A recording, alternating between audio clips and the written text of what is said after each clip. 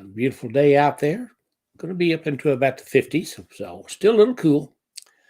We'll talk about stretching your faith today. How many of you will remember learning how to walk?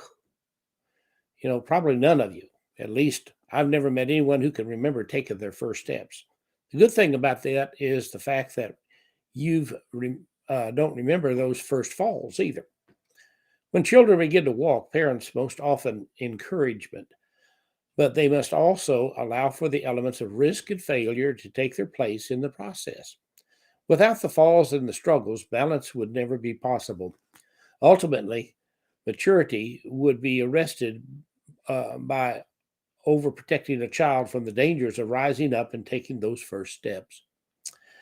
Discipleship of believers is much the same. We must allow the disciple the opportunity to fail. Is there the possibility that it can become messy? Yes, indeed. But the bumps and the bruises all go along with the process of growing up in Christ. Jesus clearly demonstrated this in his dealings with the disciples. One example happened on the Sea of Galilee. Now, in the fourth watch of the night, Jesus went to them walking on the sea. And when the disciples saw him walking on the sea, they were troubled, saying, "It is a ghost." And they cried out for fear. But immediately Jesus spoke to them and saying, "Be of good cheer. It is I. Don't be afraid."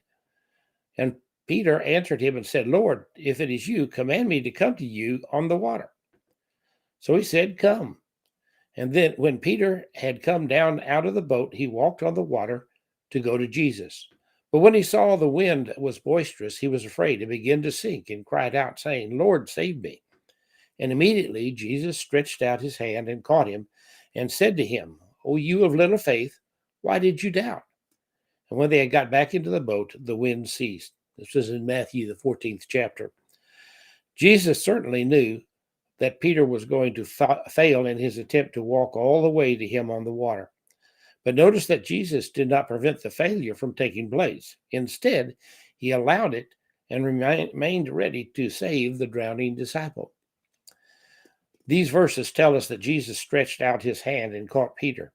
It was not only the hand of Jesus that was stretched, Peter's faith was also stretched. Isn't it time to rise up and walk?